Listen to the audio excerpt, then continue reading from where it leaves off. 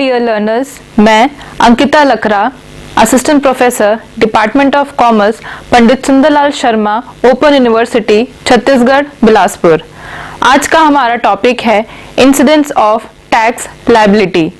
इसमें हम ये देखेंगे कि एक इंडिविजुअल, चाहे वो ऑर्डिनरी रेसिडेंट हो, नॉट ऑर्डिनरी रेसिडेंट हो या नॉन रेसिडेंट हो, उसकी इनकम वो कहाँ से अर्न कर रहा है और इनकम कहाँ से रिसीव कर रहा है, उस पे टैक्स लगेगा या नहीं लगेगा, इसके बारे में हम आज जानेंगे। तो सबसे पहले हम जानते हैं कि इंसिडेंस ऑफ टैक्स लायबिलिटी क्या होता है।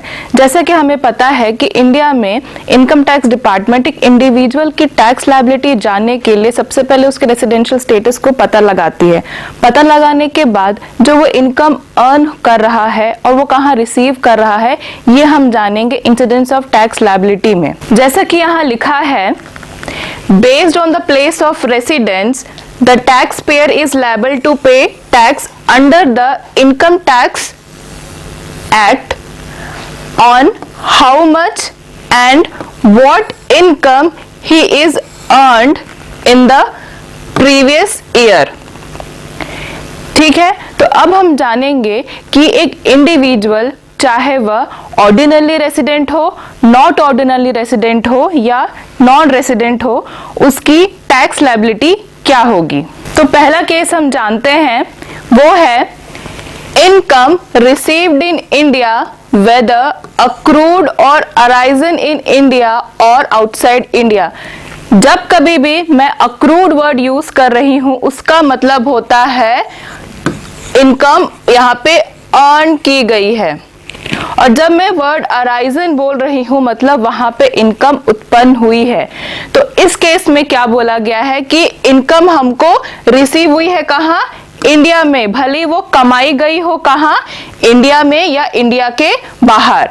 तो ऐसे केसेस में ordinary resident, not ordinary resident और नॉन रेसिडेंट क्या होंगे, टैक्सेबल होंगे। नेक्स्ट केस है हमारा income deemed to be received in India whether accrued or arisen in India or outside India।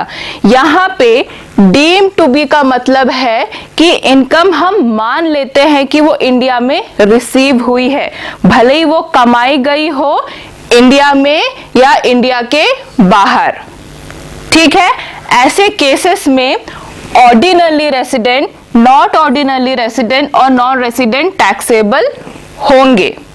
Next case है हमारा इनकम अक्रूड और arisen in India whether received in India और outside India.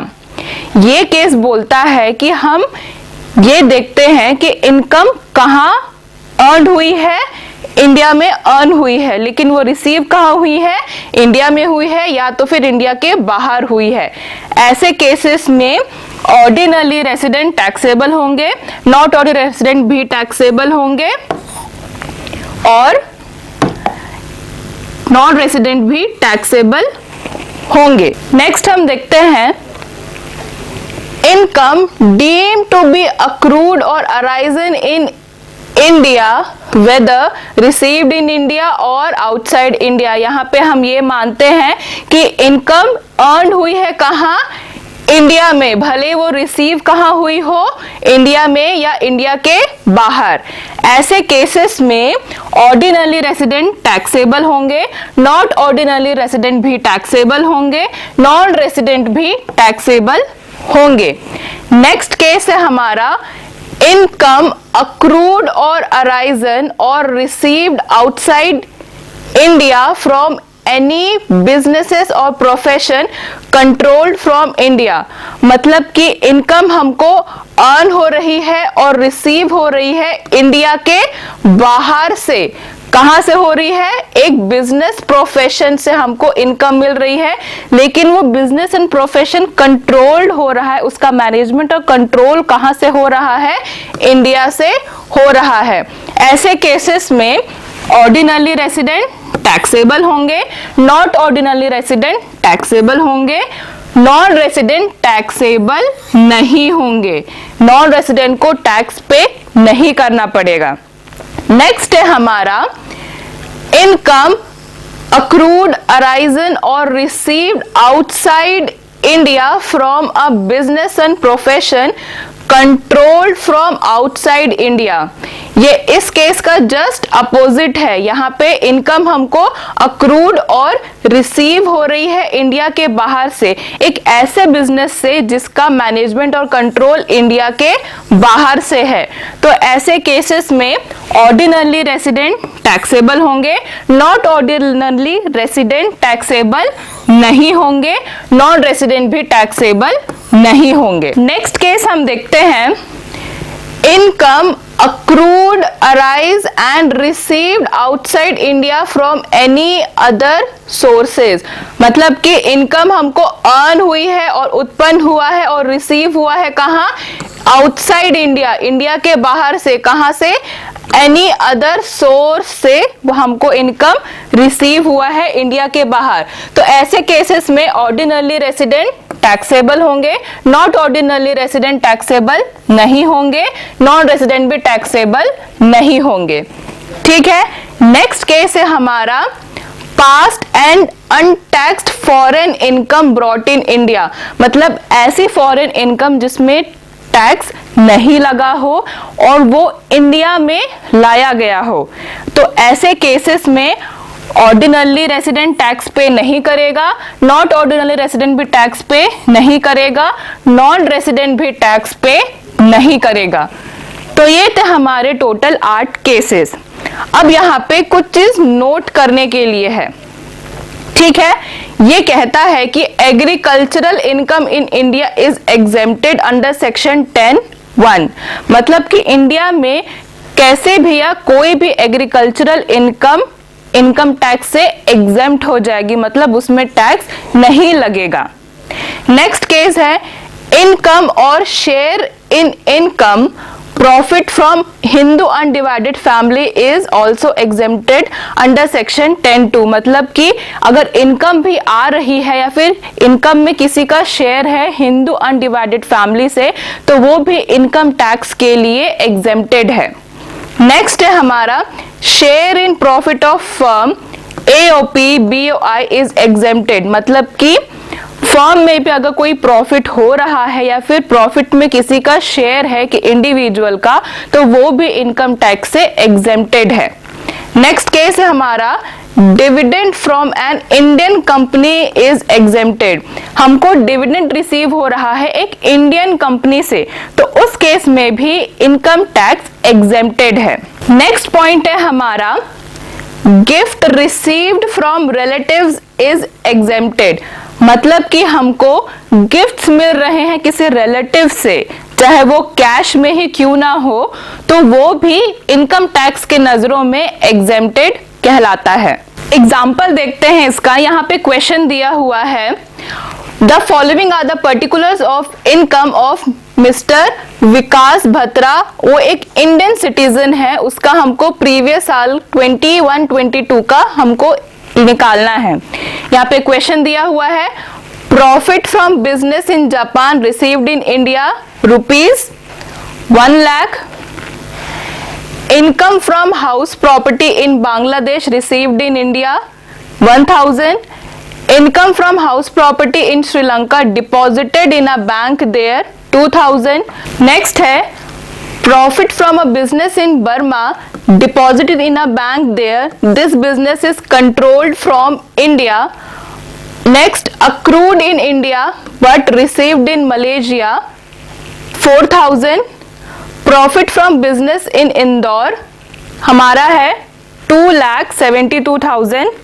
Last है past untaxed foreign income brought into India during the previous year, जो कि है हमारा 15,000 रुपए। अब हमको ये पता लगाना है कि विकास बत्रा का टैक्सेबल इनकम कितना है as a ordinary resident, not ordinary resident और नॉन रेसिडेंट। अब हम इसका सॉल्यूशन देखते हैं। जब कभी भी हम टैक्स लायबिलिटी निकालते हैं, ठीक है, तो हेडिंग हमेशा ऐसी ही होनी चाहिए, computation of taxable income of mister Batra for the assessment year 22-23। जिस किसी का भी असेसमेंट ईयर दिया हुआ है, हम वही असेसमेंट ईयर लिखेंगे। ठीक है, ऐसे कॉलम में बना लेंगे। पहला कॉलम होगा हमारा इनकम का, सेकेंड हमारा ऑर्डिनरी रेसिडेंट, दूसरा हमारा नॉट ऑर्डिनरी रेसिडेंट और लास्ट होगा हमारा नॉन रेसिडेंट। सॉल्यूशन निकालते हैं। पहला क्या था, profit from business in Japan received in India. तो यहाँ पे ऑर्डिनरी रेसिडेंट टैक्सेबल होगा, नॉट ऑर्डिनरी रेसिडेंट भी टैक्सेबल होगा, नॉन रेसिडेंट भी टैक्सेबल होगा, क्योंकि उसको प्रॉफिट कहाँ पे हो रहा है, जापान में हो रहा है, लेकिन रिसीव कहाँ कर रहा है, वो इंडिया में कर रहा है। नेक्स्ट है हमारा income from house property in Bangladesh received in India. Bangladesh में एक हाउस प्रॉपर्टी से उसको इनकम हो रहा है, लेकिन वो रिसीव कहाँ कर रहा है, इंडिया में कर रहा है। तो ऐसे केसेस में भी ऑर्डिनरी रेसिडेंट भी टैक्सेबल पे करेगा 1000, नॉन ऑर्डिनरी रेसिडेंट भी टैक्स पे करेगा 1000 और नॉन रेसिडेंट भी टैक्स पे करेगा 1000। नेक्स्ट हमारा है income from house property in Sri Lanka deposited in a bank there. Income हमको हाउस प्रॉपर्टी से मिला श्रीलंका में और वो पैसा वही के बैंक में हमने डिपॉजिट कर दिया। तो ऐसे केस में हमको ऑर्डिनरी रेसिडेंट सिर्फ टैक्स पे करेगा, नॉट ऑर्डिनरी रेसिडेंट टैक्स पे नहीं करेगा, नॉन रेसिडेंट भी टैक्स पे नहीं करेगा। नेक्स्ट केस है हमारा profit from business in Burma deposited in a bank there, this business is controlled from India. मतलब कि बर्मा से एक बिजनेस से इसको प्रॉफिट हुआ और वो वही के बैंक में डिपॉजिट हो गया, लेकिन जो बिजनेस है वो कंट्रोल कहाँ से होता है, इंडिया से होता है। तो ऐसे केसेस में ऑर्डिनरी रेसिडेंट टैक्स पे करेगा, नॉट ऑर्डिनरी रेसिडेंट भी टैक्स पे करेगा और नॉन रेसिडेंट टैक्स पे नहीं करेगा। अमाउंट कितना है, 2000। नेक्स्ट है हमारा accrued in India but received in Malaysia. India में कमाया गया लेकिन रिसीव कहाँ हुआ, मलेशिया में हुआ। तो यहाँ पे ordinary resident, non ordinary resident और नॉन रेसिडेंट भी टैक्स पे करेंगे 4000। फिर है प्रॉफिट फ्रॉम बिजनेस इन इंदौर। इंदौर के बिजनेस से हमको प्रॉफिट हुआ, तो ऐसे केसेस में ordinary resident, not ordinary resident और नॉन रेसिडेंट भी ये तीनों टैक्स पे करेंगे 2,72,000। नेक्स्ट है past untaxed foreign income brought into India during the previous year. Previous year में फॉरेन में कमाया हुआ अनटैक्स्ड इनकम हमको इंडिया में हम रिसीव किए हैं, लाया गया है। तो ऐसे केसेस में कोई भी टैक्स पे नहीं करेगा, ना ordinary resident, not ordinary resident और नॉन रेसिडेंट। अब हम इसका पूरा समेशन निकाल लेंगे। तो हमारे पास ऑर्डिनरी रेसिडेंट मतलब मिस्टर बत्रा कितना ऑर्डिनरी रेसिडेंट कितना टैक्स पे करेगा, 3,18,000। नॉट ऑर्डिनरी रेसिडेंट के तौर पे वो टैक्स पे करेगा 3,79,000 और नॉन रेसिडेंट के तौर पे वो टैक्स पे करेगा 3,77,000। नेक्स्ट एग्जांपल देखते हैं। ये बोलता है कि mister Ankur Jain has the following income for the previous year ending 31 March 2020। ये बोलता है income from salary from government of India, he lived in America for 3 months due to his service and received salary for such period. कितना मिला उसे, 12,60,000। Interest from an foreign company received in America and deposited in a bank there, rupees 20,000. Income from house property in India received in America, 10,000. Interest on debentures from an Indian company received in New York and spent there, 15,000. Income was earned in America and received there but brought in India, rupees 18,000. Income from business in Mumbai managed from America, 22,000. Income from business in America controlled from Delhi head office, 10,000. His brother gifted him from New York, rupees 10,000. अब हमको mister अंकुर का taxable income निकालना है ordinary resident, not ordinary resident या non resident से। इसका solution देखते हैं।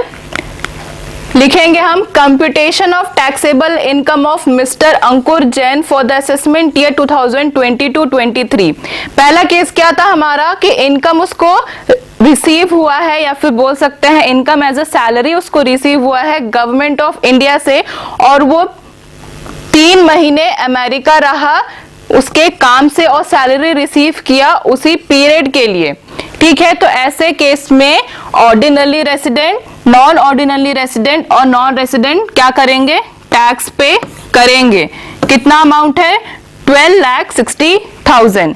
नेक्स्ट है हमारा interest from a foreign company received in America and deposited in a bank there. हमको इंटरेस्ट रिसीव हुआ एक फॉरेन कंपनी से, तो ऐसे केस में Ankur ordinary resident as a tax pay करेगा। कितना, 20,000। नेक्स्ट केस है हमारा income from house property in India received in America. मतलब इंडिया के किसी हाउस प्रॉपर्टी से हमको इनकम हुआ, लेकिन हम उसको रिसीव कहाँ कर रहे हैं, अमेरिका में कर रहे हैं। तो ऐसे केसेस में ordinary resident, not ordinary resident और नॉन रेसिडेंट टैक्स पे करेंगे।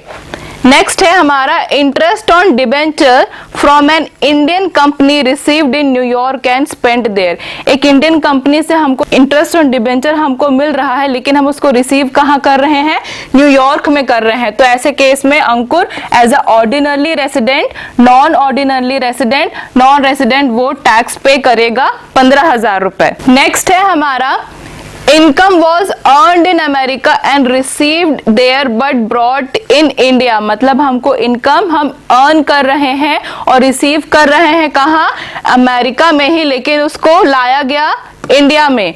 तो ऐसे केस में Ankur as a ordinary resident tax pay करेगा 18,000 रुपए। ठीक है। नेक्स्ट है हमारा income from business in Mumbai managed from America. America में बिजनेस मैनेज हो रहा है, लेकिन हमको इनकम कहाँ रिसीव हो रहा है, इंडिया में हो रहा है। तो Ankur as a ordinary resident tax pay करेगा 22,000। ऑर्डिनरी रेसिडेंट के तौर पर भी वो टैक्स पे करेगा, नॉन रेसिडेंट के तौर पर भी टैक्स पे करेगा। नेक्स्ट है हमारा income from business in America controlled from Delhi head office. Income हमको रिसीव हो रही है अमेरिका में, लेकिन वो बिजनेस कंट्रोल कहाँ से होता है, दिल्ली से होता है। तो ऐसे केस में Ankur as a ordinary resident, not ordinary resident tax pay करेगा। नेक्स्ट है हमारा गिफ्ट फ्रॉम ब्रदर।